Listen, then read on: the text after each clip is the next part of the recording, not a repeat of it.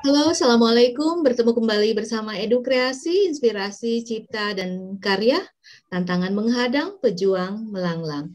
Di tengah-tengah kita telah hadir seorang guru dan juga seorang kepala sekolah berdedikasi luar biasa, sahabat Edu. Kita di sini dalam masa pandemi ini tentunya fluktuatif ya semangat itu, dan dalam mengisi HUT RI kemerdekaan ini dalam masa pandemi tetap harus semangat, saling menginspirasi dan berbagi cerita, tentunya bukan untuk membanggakan diri tetapi untuk memberikan mood booster kepada orang-orang yang memang memiliki semangat daya juang yang masih harus terus digerakkan. Dan tentunya penggerak-penggerak ini yang akan membuat kita harus selalu terdepan ya untuk anak-anak didik kita. Sebelum ngobrol-ngobrol bersama beliau, kita hadir dulu di sini. Simak dulu ya. Bu Hajah Rika R. Sujatma, Kepala Sekolah SMA Negeri 1 Kalijati, Subang. Sebagai guru dan kepala sekolah berdedikasi. Pendidikan Sarjana Pendidikan Bahasa Inggris alumni IKIP Bandung 1995, lulusan Magister Manajemen Bidang Khusus Manajemen Pendidikan alumni Unpas Bandung pada tahun 2012.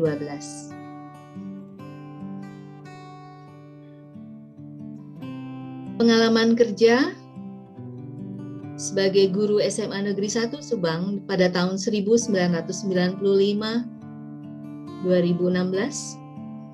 anggota APEC Learning Community Builder Alkop 2008 sampai sekarang, leader pada Alkop School Project 2009 sampai dengan sekarang, anggota Asia Europe Foundation Classroom Network ASEF LASNET 2009 sampai dengan sekarang, pengampu program guru pembelajar Kemdikbud 2016, Kepala Sekolah SMA Negeri 1 Cipendei 2016-2020, konsultan pendidikan di Nata School dan Pasar Bali 2018 sampai dengan sekarang, Kepala Sekolah SMA Negeri 1 Kalijati 2020 sampai dengan sekarang, dan juga menjabat sebagai PLT Kepala Sekolah SMA Negeri 4 Subang 2021. Pendidikan dan pelatihan serta kegiatan ilmiah yang telah diikuti berupa Diklat Kepala Sekolah LPMP Jawa Barat 2015, the 12th APEC Future Education Forum, dan the 14th International Alkop Conference di Lima, Peru 2016. The 14th Asia Europe Classroom Network Conference di Finlandia 2018. Diklat Penguatan Kepala Sekolah LPPKS Kemdikbud 2019. Extensive Reading Seminar 2019. And the 16th APEC Future Education Forum Korea 2020.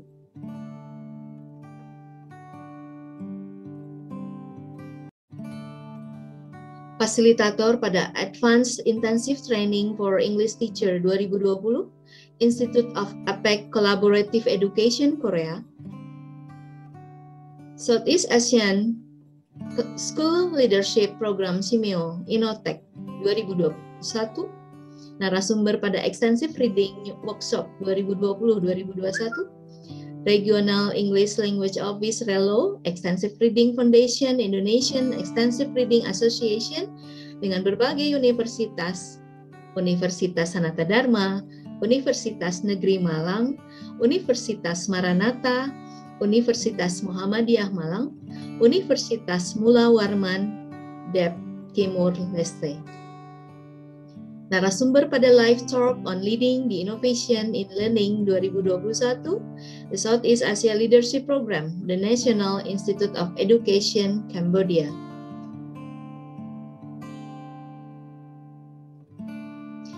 Prestasi yang telah diraih sebagai Golden Award 2016 untuk ASEF Classnet Project Grandma's Kitchen 2017,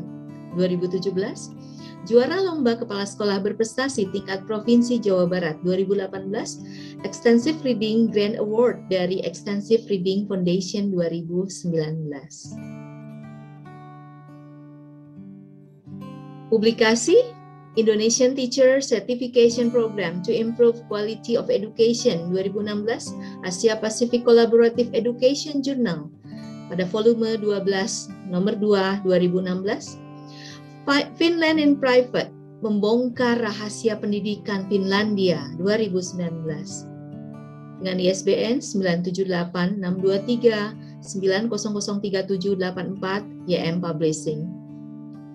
Bukan Umroh Backpacker 2019 dan Tata Kelola Sekolah Berintegritas 2021, modul pelatihan anti korupsi kepala sekolah BPSDM Jabar dan YM Publishing 2019-2021.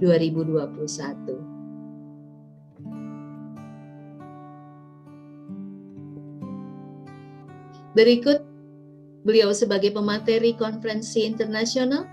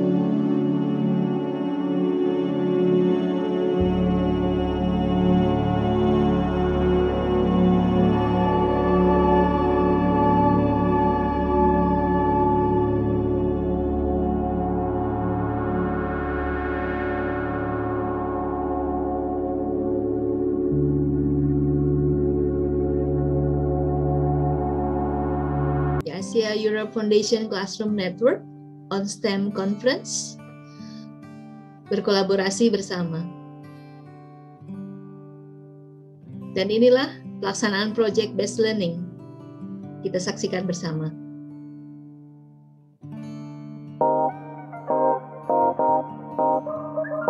SMA 1 Kalijati.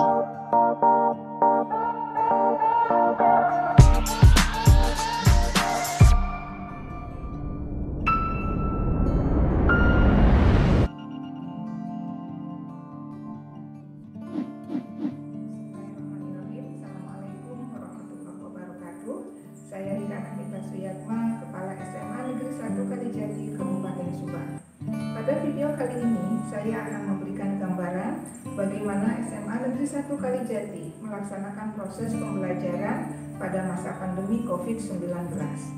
Sesuai dengan edaran Mendikbud nomor 4 tahun 2020, bahwa pembelajaran pada masa pandemi COVID-19 ini haruslah bermakna tanpa terbebani kurikulum.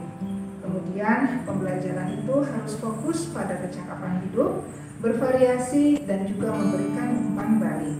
Hal itu kemudian dikuatkan oleh keputusan Mendikbud RI nomor 719/P/2020 tentang pedoman pelaksanaan kurikulum pada satuan pendidikan khusus, yang salah satu keputusannya menyatakan bahwa pembelajaran haruslah aktif, yaitu mendorong keterlibatan penuh peserta didik pada saat pembelajaran untuk mendapatkan pengalaman pembelajaran.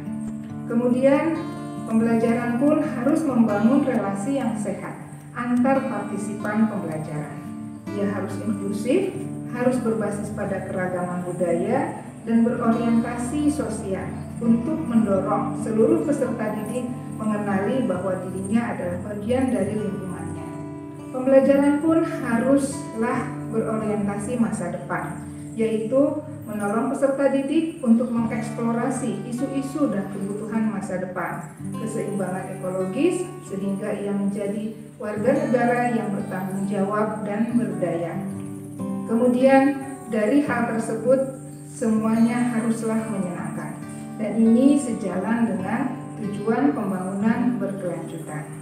Pembelajaran saat ini pun harus mampu untuk meningkatkan keterampilan abad 21 peserta didik, sehingga terjadilah pergeseran pendidikan abad 21 ini, yang awalnya dari scientific method menjadi proses pembelajaran untuk membangun engineering design proses. Maka tantangan pun menjadi berubah. Yang pada awalnya bagaimana kita membuktikan bahwa sebuah teori itu adalah benar atau salah. Tantangan itu berubah menjadi apa yang bisa kita buat untuk memecahkan suatu masalah.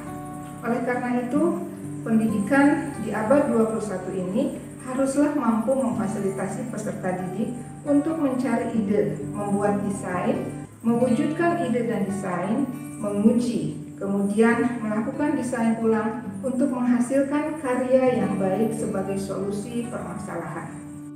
Oleh karena itu, SMA Negeri 1 Kalijati melaksanakan sebuah proses pembelajaran kolaboratif berbasis proyek dengan pendekatan STEM, yaitu sebuah pendekatan yang mengintegrasikan disiplin sains, teknologi, engineering, dan matematika, yang bertujuan untuk membimbing, mendidik para peserta didik menggunakan aplikasi dan alat-alat yang ada di lingkungan sekitarnya untuk memecahkan masalah sebagai sebuah solusi yang dihadapi dalam kehidupannya sehari-hari.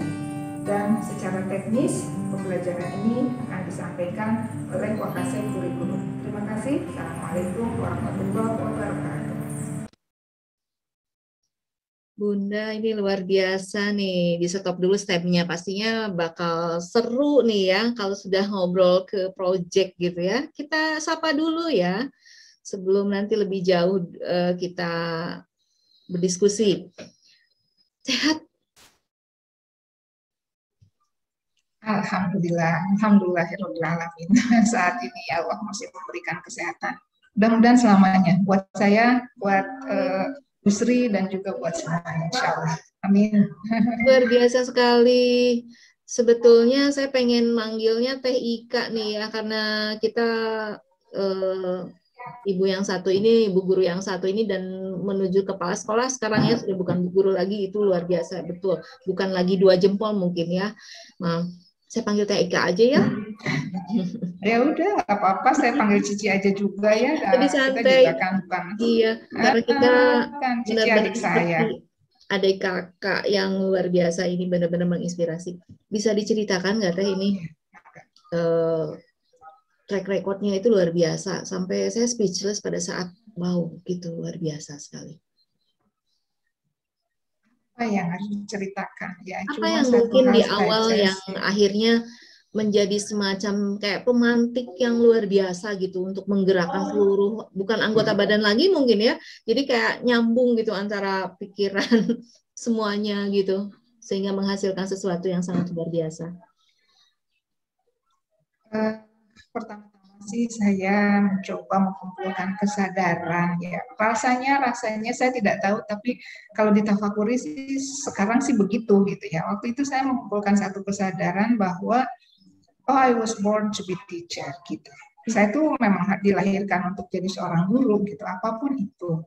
Nah, artinya dari situlah saya nggak bisa kemana-mana lagi gitu. Walaupun banyak yang menyatakan bahwa oh, kamu jangan jadi guru, kamu begini, kamu begitu gitu kan, atau sekarang udah jadi guru udah pindah aja gitu, dan bahkan ada juga yang mengajak untuk keluar dari pekerjaan yang ditekuni sekarang. Tapi saya mencoba menyadari bahwa saya itu guru gitu kan. Ketika saya sudah melangkahkan kaki ke IKIP, berarti saya harus jadi guru gitu kan. Nah, itu kesadaran yang harus saya jaga gitu ya, bahwa memang takdir saya harus ada di sana.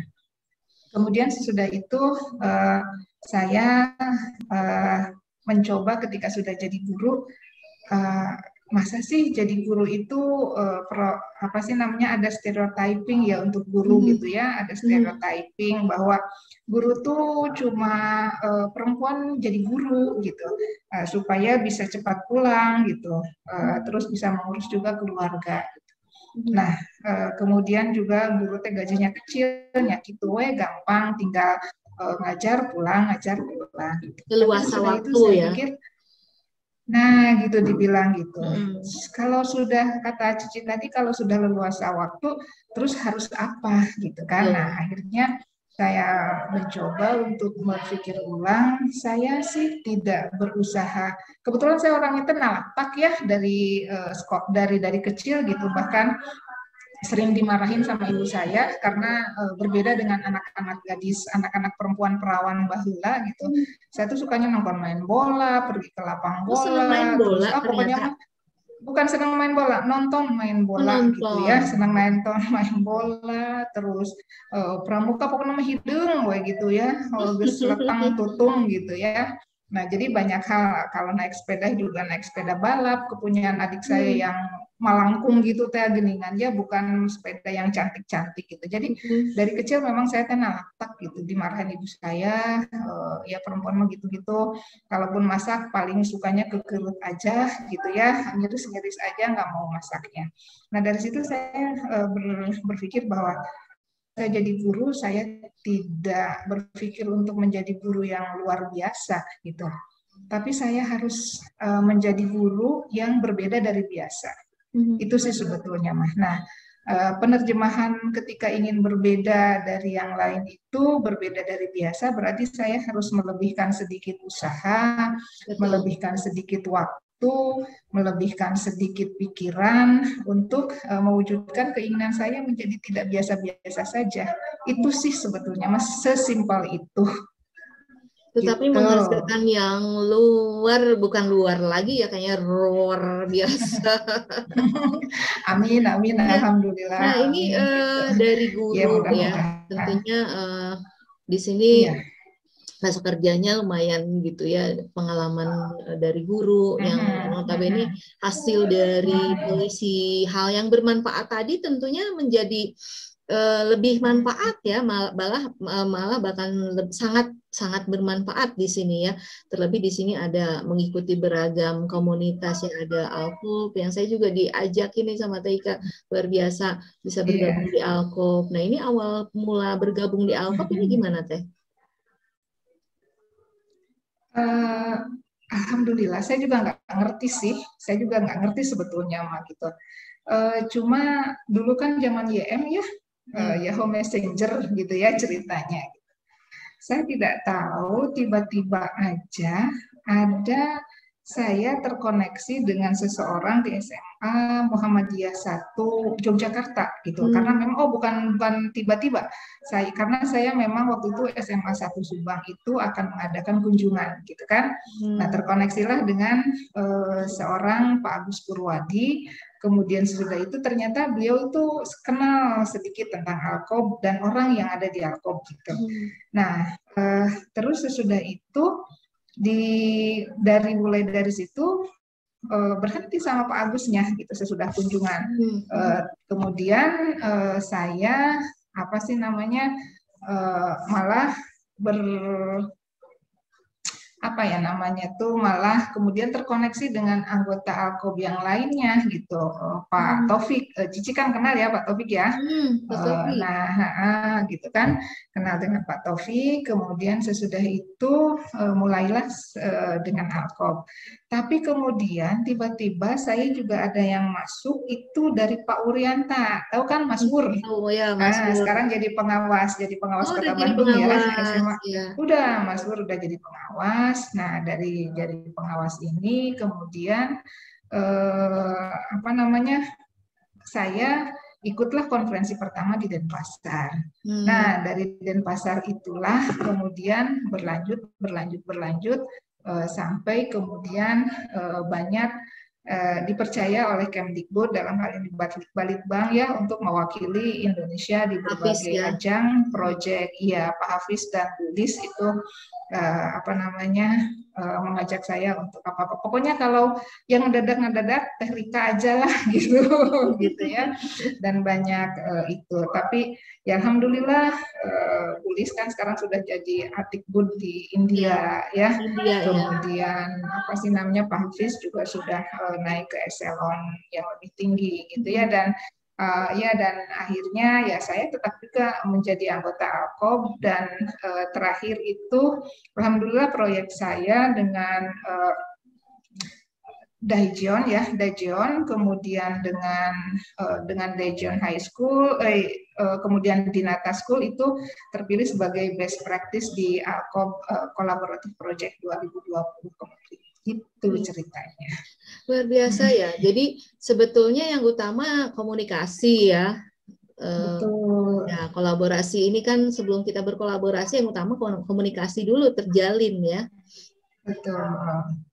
Platformnya mau apa sih gitu, Nah, mau dibawa kemana gitu. Jadi kadang-kadang ada yang teman-teman kalau suka menanya, ayo gimana cara berkolaborasi, bagaimana cara berkolaborasi, sepertinya mereka lupa dulu memikirkan platformnya mau apa, dari mana mulainya, gitu kan, bagaimana menjalankannya, kemudian agendanya seperti apa. Nah, itulah yang harus disusun dari awal. Gitu ceritanya. Berarti planningnya juga harus betul-betul matang ya?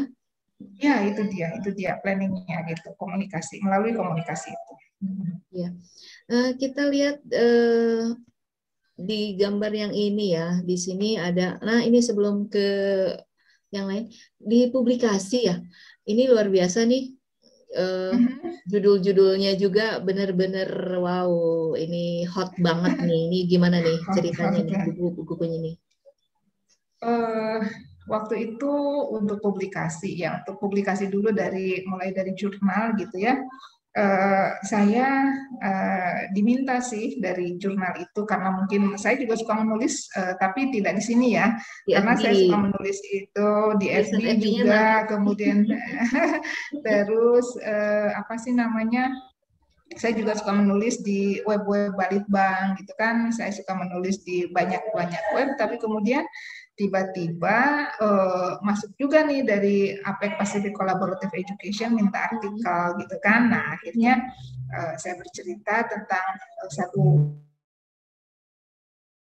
sertifikasi, bagaimana kemudian dampak dan lain sebagainya. Itu akhirnya alhamdulillah diterbitkan setelah melalui proses. Lumayan lah, tahu sendiri ya kalau penerbitan jurnal itu harus ada ini dan itunya. Kemudian tentang buku ini Finland in Private ini adalah kalau boleh saya katakan ini sebagai sebuah travelog ya, catatan perjalanan, tetapi juga sebagai sebuah refleksi dari apa yang sudah saya lakukan ketika saya mengikuti sebuah konferensi di sana tentang STEM gitu ya, tentang STEM on education. Makanya saya tadi ketemu dengan Profesor Banks itu karena memang kita belajarnya di Finlandia. Nah, dari situ saya juga excited ketika saya terpilih menjadi satu dari 2 peserta dari Indonesia untuk mewakili Indonesia di konferensi ASEF itu, Asia Europe Foundation Classroom Network. Nah, dari situ kemudian saya pengen tahu juga sih kenapa sih Finlandia tuh terkenal banget gitu ya tentang kesuksesan pendidikannya, walaupun juga setelah saya komunikasi dengan teman-teman yang dari Finlandia sebelum datang ke Finlandia, sebagian dari itu adalah dipenuhi dengan rumor dan mitos gitu ya. Nah, kemudian terus bagaimana kemudian Finlandia itu saya berpikir bahwa pendidikan itu kan tidak hanya diciptakan dari sekolah, ada dari ekosistemnya lah, kemudian mulai dari keluarga, ya dari pusat pendidikannya kalau di kita ya. Nah, dari situ saya melihatnya secara tidak langsung dalam praktek keseharian. Nah, akhirnya jadilah sebuah buku berjudul Finland in Private ini. Itu ceritanya. Ini bakal seru nih kalau kita nanti bedah buku Finland ini, wow.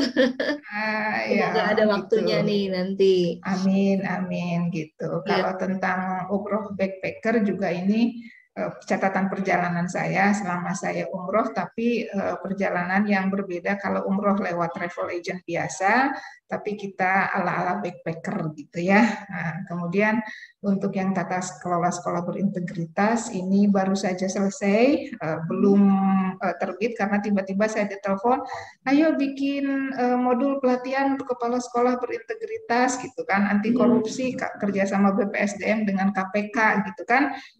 Waduh, saya bilang gitu, berat pisan Harus berpikir ini, keras gitu ya kan. penulisnya. Ketika bercerita tentang KPK, nah Betul. gitu kan, bagaimana kita tidak ber-KPK, beranti korupsi.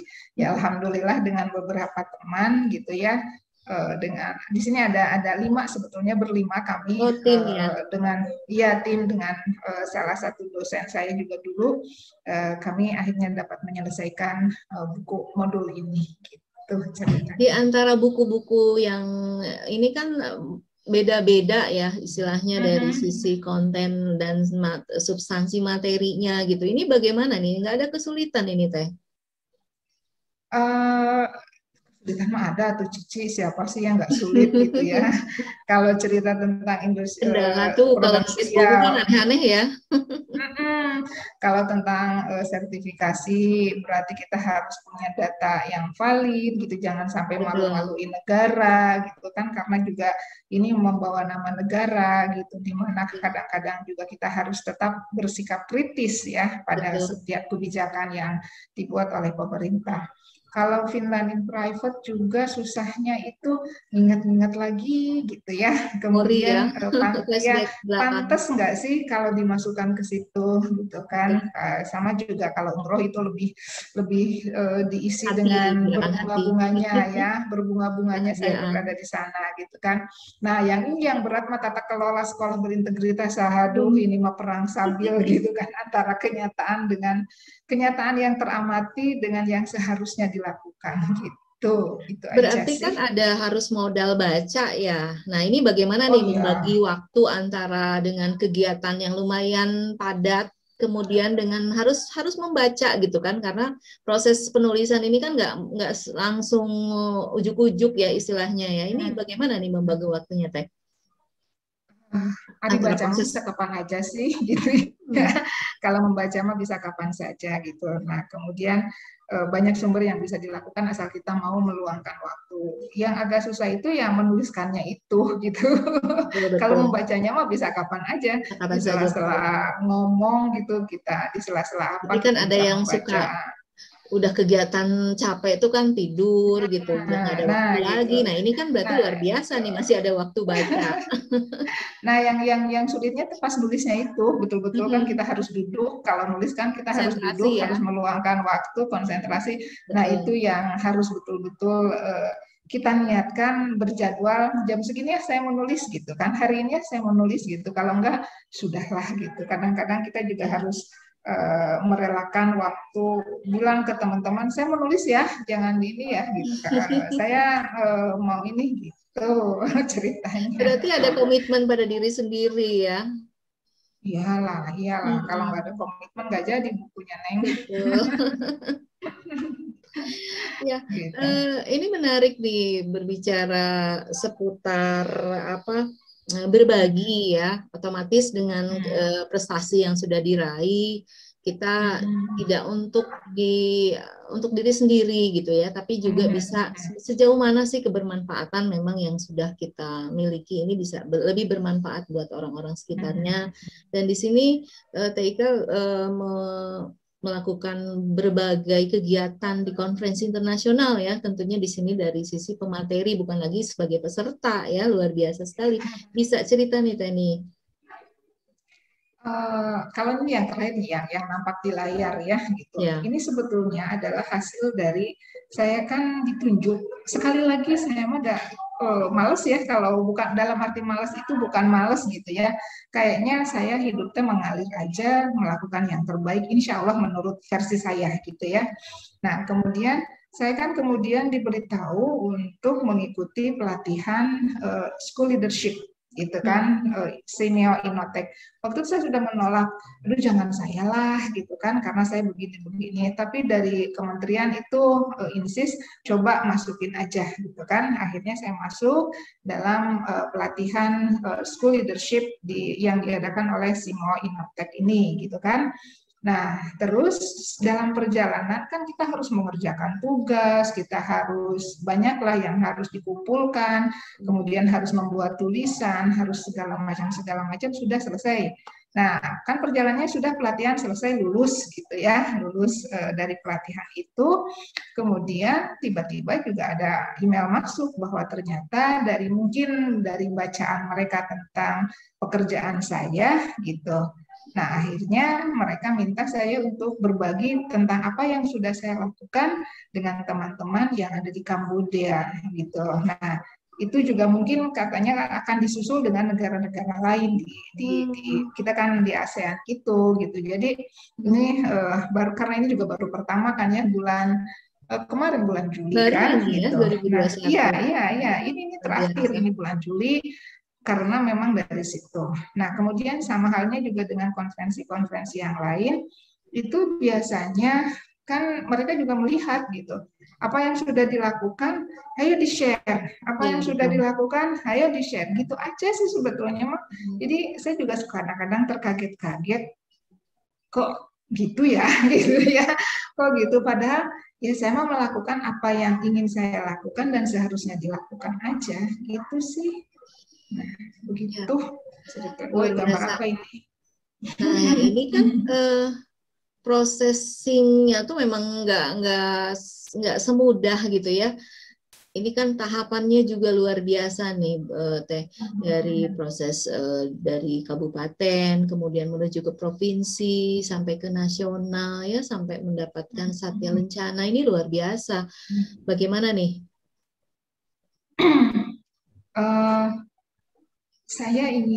Saya nggak tahu ya, saya harus ngomongnya seperti apa. Cuma dari ketika saya Kodarullah waktu itu terpilih menjadi kepala sekolah berprestasi, guru berprestasi, itu selalu bukan saya yang aku pengen loh gitu. Tapi waktu itu karena tidak ada calon dari tidak ada calon dari sekolah, akhirnya dikocok-kocok, udahlah Rika aja gitu kan.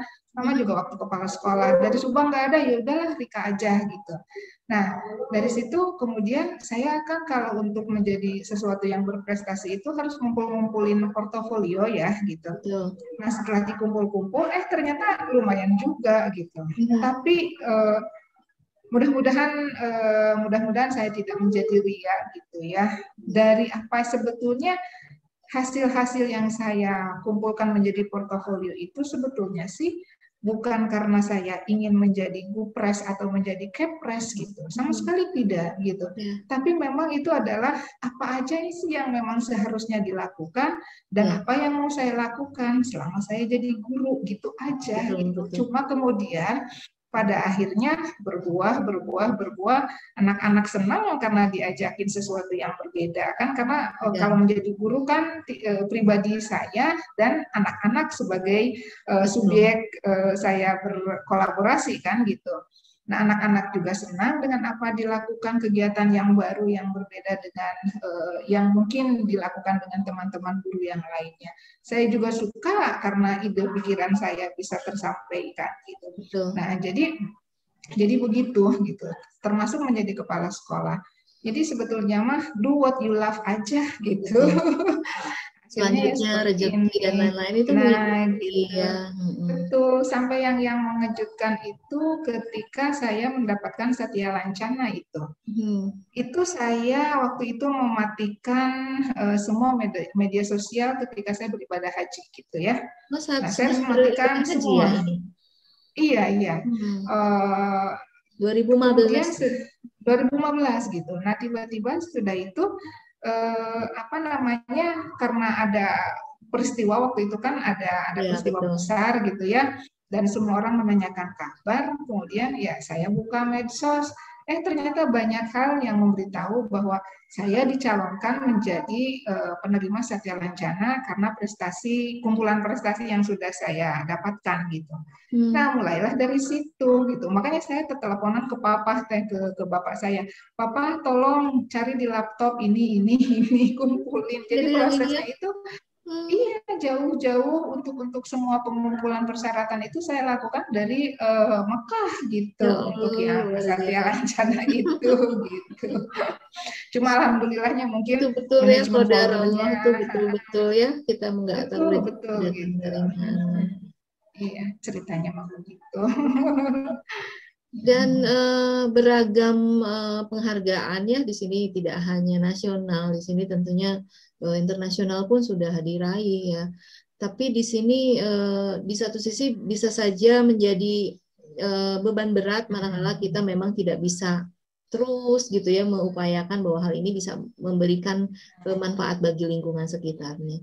Mungkin bisa dampak gitu Bun, Teh, dari apa yang telah dihasilkan mengikuti conference internasional, kegiatan-kegiatan internasional, dampak yang memang bisa menjadi manfaat buat lingkungan ataupun sekolah yang saat ini Iya, sedang bertugas.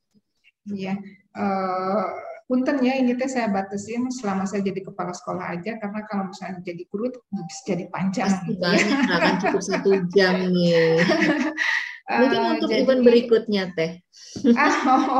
yang lain yang lebih hebat dari saya gitu ya.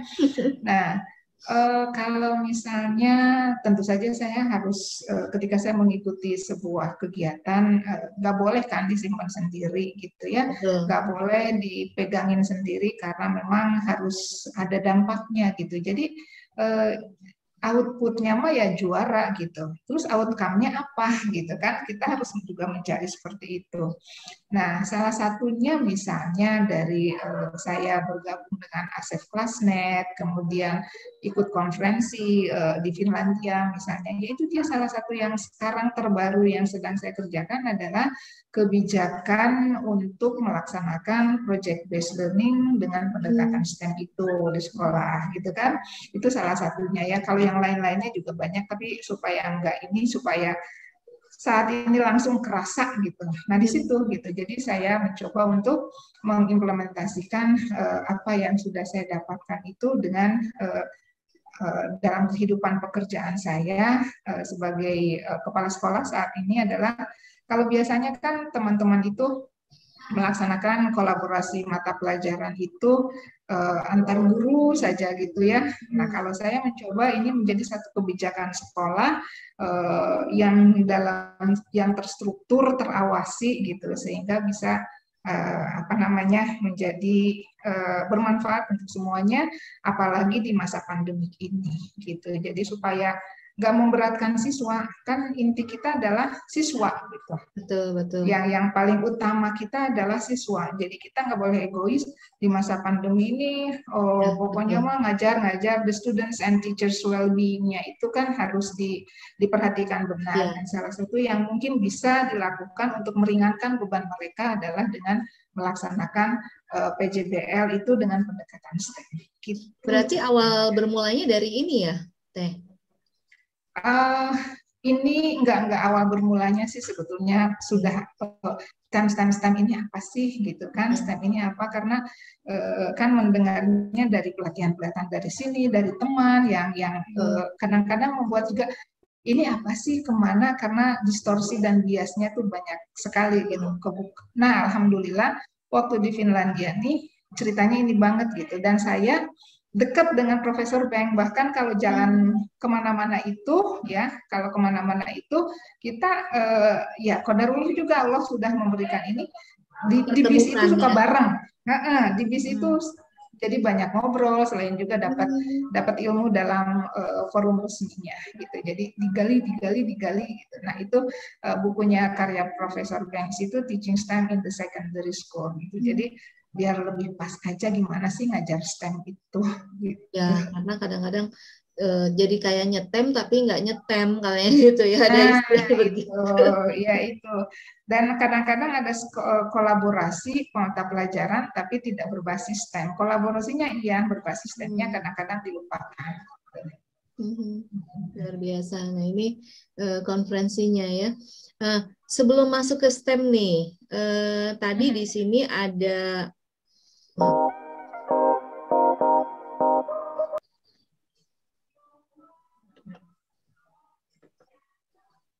bentar.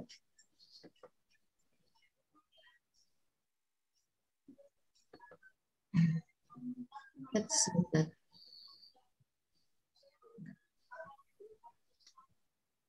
Sebelum masuk ke STEM nih,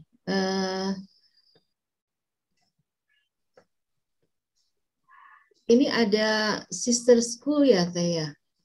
Iya, ada Sebelum sister school. pindah ke sekolah yang sekarang ya? Iya, iya. Sebelum ke Kalijati itu saya bersama teman saya dari Yongju High School itu bersepakat untuk mengadakan kolaborasi antar sekolah. Jadi anak-anak saling belajar budaya satu sama lain. Oh, ini sister Tentang, school-nya tentang budaya atau ada yang lain? iya, tentang budaya sih, tentang budaya dan bahasa. Karena tapi dari situ pada akhirnya ya keluar-keluar juga tentang yang lainnya. Gitu. Jadi ketika kita bicara sister school, kita bicara juga tentang apa yang bisa dilakukan. Ya. Jadi Luar biasa. Jadi sebelum pindah ke yang baru tuh udah nancepin dulu nih ya, biar berlanjut amin, gitu amin. kan, luar biasa. Amin. Iya. Oke, kita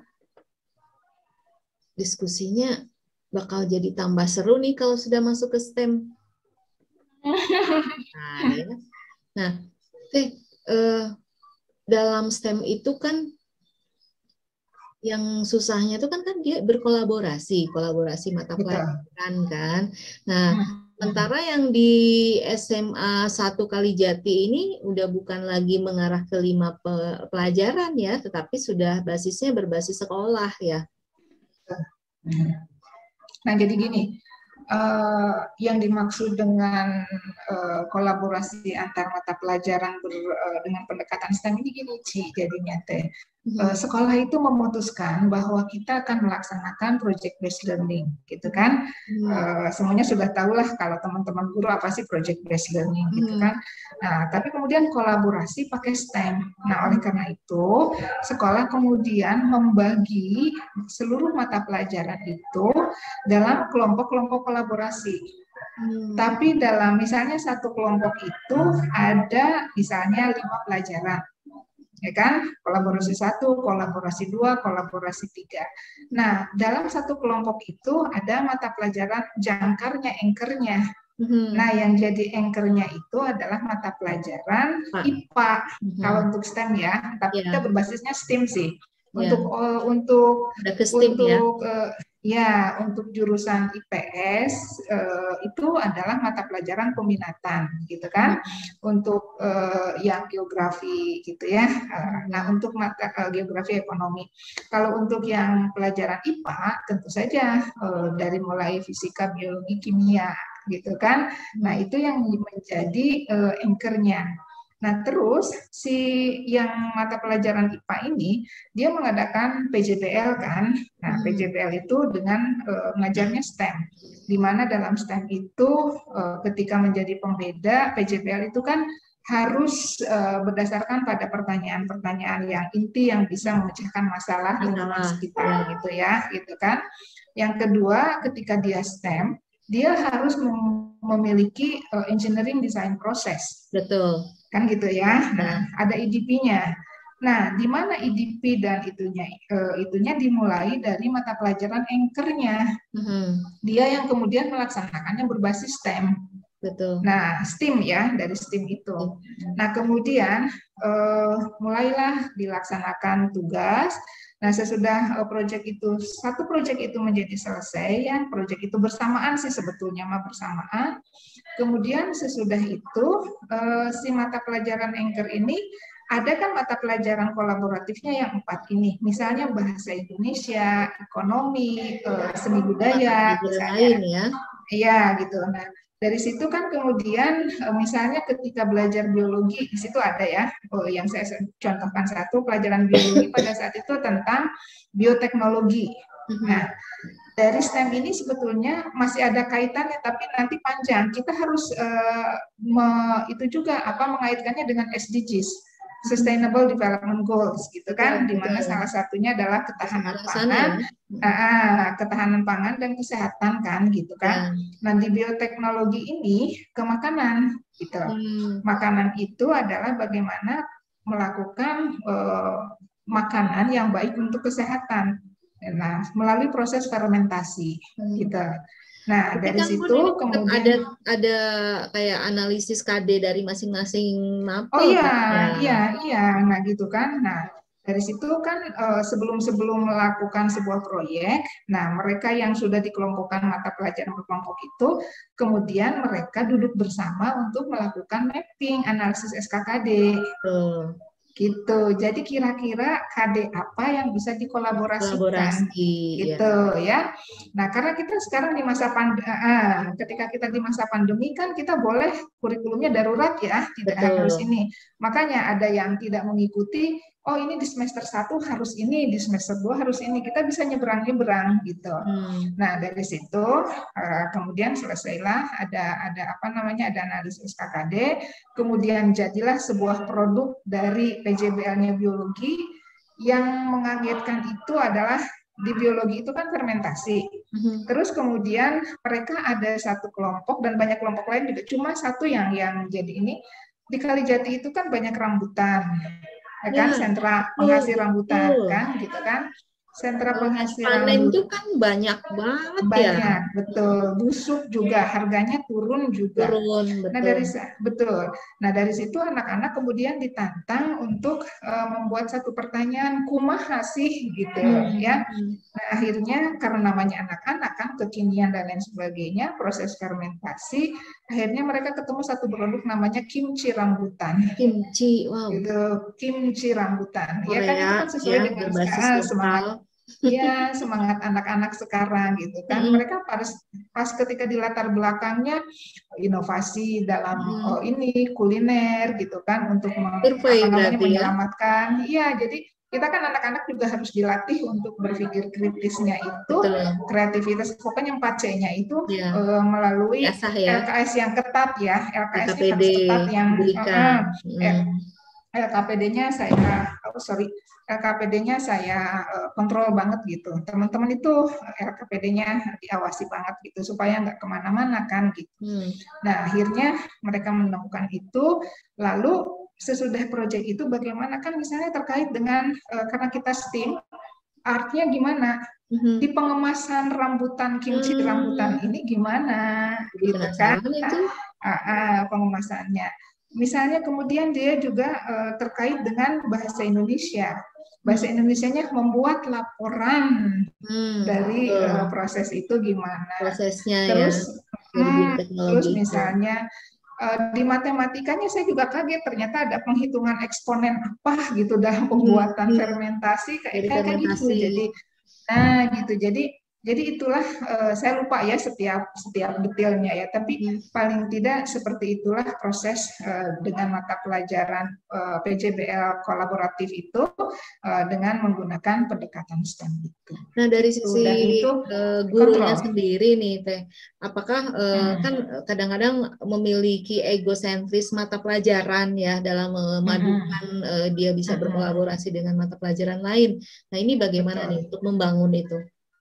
Nah, makanya kami di SMA 1 itu dalam hal ini makanya berbasisnya sekolah, bukan diserahkan kepada guru masing-masing, supaya kemudian kita membaginya itu berdasarkan berdasarkan analisis kita, siapa yang bisa berkolaborasi mata pelajaran apa. Jadi berpikir keras deh gitu, diajak berpikir keras untuk itu. Tapi untuk mata pelajaran yang tidak semuanya, karena kalau semuanya dikolaborasikan mata pelajaran dibagi habis itu nantinya akan mengada-ada gitu kan. Makanya ada PJBL mandiri, PKN, PABP, ya kan, PKN, PABP dan PJOK. Itu tersendiri. Mereka PJBL-nya tidak kolaboratif gitu, tidak bergabung ya. tidak bergabung. Bisa saja sih bagaimana nasionalisme kimchi rambutan untuk PKN kan, tapi mengada-ada kan, betul. gitu ya. Tidak Nah, kontekstual kalau yang ya. Nah, kalau yang PKN itu makanya dia membuat PJBL sendiri ya, proyeknya bisa berupa poster, bisa berupa infografis atau apapun kan. Toh kalau misalnya PJBL itu kan hasilnya tidak harus berupa produk yang kadang-kadang nampak menjadi sebuah kerajinan tangan atau prakarya gitu kan. Begitu, Neng, gitu. Nah, ini ada yang menarik ya dan memberikan solutif ya pada saat yang saya lihat di videonya tuh di YouTube ya. Itu ada pada saat melakukan proyek pelajaran mapel yang tadi mandiri itu kan tidak memberikan tugas gitu ya. Nah, ini menarik sekali karena memang menjadi solusi bagi kan anak-anak suka mengeluh dengan banyaknya tugas seperti itu ya. Justru dengan adanya kolaborasi STEM ini malah jadi dipangkas ya, istilahnya kan dikolaborasikan antar mapel itu.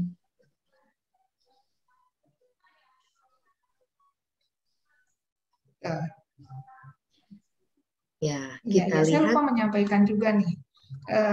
Mungkin ada yang bertanya.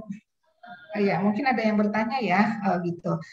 Terus untuk ketuntasan materinya gimana, gitu kan?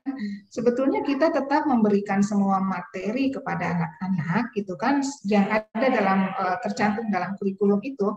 Tapi kami kan punya LMS sendiri, tidak lagi pakai Google Classroom, tidak pakai yang lain, gitu. Ya. Tapi kami punya Elsaka.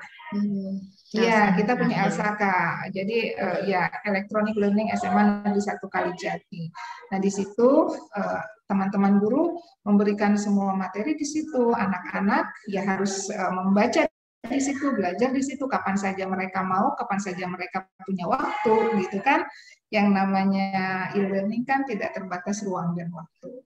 Tapi selama PJBL ini tidak boleh memberikan tugas karena tugasnya fokus di kolaborasi, mata pelajaran kolaborasi. Gitu. Jadi anak lebih fokus ya kalau sudah diarah atau digiring seperti itu dengan sistem juga itu kan malah anaknya juga terfokus, gurunya juga sama ya, jadi tidak kemana-mana. Luar biasa Teteh. Kita lihat dulu karya anaknya nih, jadi penasaran nih. Kita lihat dulu ya karya anaknya tadi yang oh ya, Cici lihat di itu ya, di official YouTube-nya ya. Iya.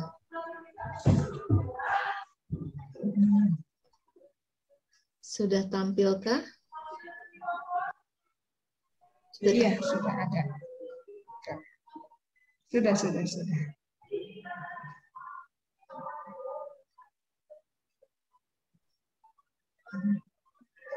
Nah, ini waktu saya ikut itu.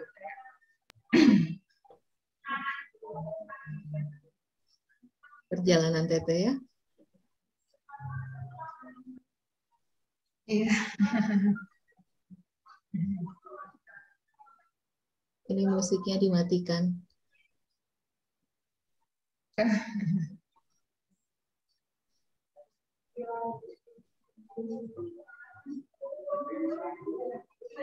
Ini e-learningnya ya, Kalijati Elsaka. Nah, ini e-learningnya. Iya, e-learningnya ini Elsaka ini. Nah, di sini. Ini berarti semua mata pelajaran udah satu pintu ya, bisa di sana semua. Iya, karena untuk apa sih namanya kita semua yang terakhir itu kan misalnya kita juga harus melihat bahwa tidak semua anak itu punya kuota lebih gitu kan, walaupun kita juga mengalokasikan untuk kuota gitu kan.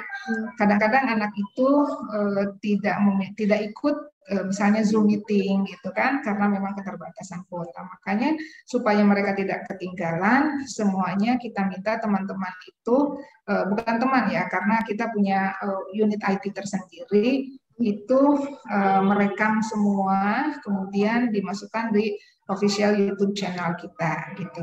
Nah, terus apa sih namanya? Kemudian juga misalnya yang terakhir itu ketika kita kan memberikan mata pelajaran seluruh isi pelajaran itu di Elsaka, tapi kadang-kadang anak-anak juga tidak tidak semuanya mampu memahami, maka semuanya harus melakukan review seluruh mata pelajaran, seluruh KD itu dalam sebuah video review. Semuanya ada di YouTube channel itu juga, gitu. Pokoknya satu pintu lah, jangan di mana-mana. Karena dengan satu pintu itu kan lebih enak ya untuk informasi dan juga pengembangan program ya, dan YouTube salah satu channel yang bisa menjadi bahan bagi sekolah ya, anak-anak juga sama, dan guru. Teteh terasa nih udah hampir 1 jam ya kita ngobrol.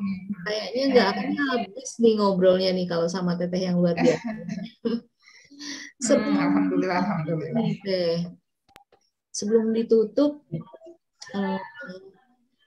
saya tanya ini nih, hidup itu terus berjalan dari satu terminal ke terminal lainnya. Betul.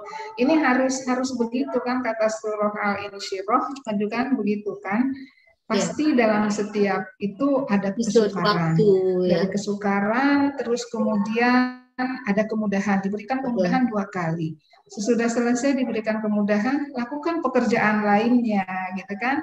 Lakukan pekerjaan lainnya, gitu. Jadi seperti itu. Jadi ya habis dari sini ke sini ya, mudah-mudahan Allah kemudian membimbing. Kita tuh cuma traveler kok di sini. Betul. Di dunia tuh traveler aja, gitu. Hingga makanya kita saling berbagi, saling mengisi dengan penuh manfaat ya Teh ya.